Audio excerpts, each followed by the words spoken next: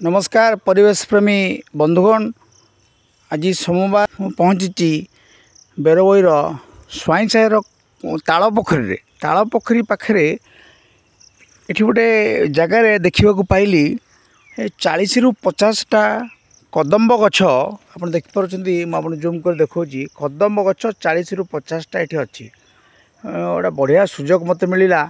तेणु बेरवईर जड़े युवक पंचु सहयोग कौन कर कदम्ब गछ बड़ छोट अच्छी या पॉलिथिन आम रखिक बड़ करने को चेष्टा करुँ।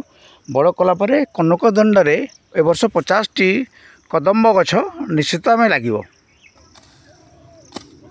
बड़ कदम्ब गछ को देखो बड़ कदम्ब गछटी बहुत बड़ हो जाए नहीं पॉलिथिन रखिबू एवं प्राय मासे परे वर्षा दिन आरंभ हेले गछटी आम नहीं लगेबू।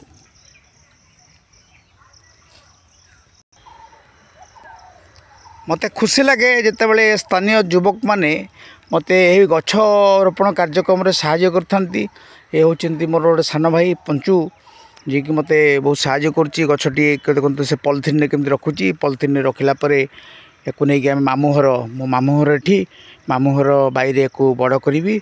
परवर्ती अवस्था रे जो कनकदंडा बहुत जंगल था एठी कनकदंडा वर्तमान तो नाही सेठी आमे गछटी लगाइबु। आपण मानक मध्य अनुरोध बर्तमान ये गछ आप देखिपे पॉलिथिन रखु कौन वन विभाग नर्सरी कि कौन प्राइवेट नर्सरी गछ किणा कौन आवश्यक नहीं।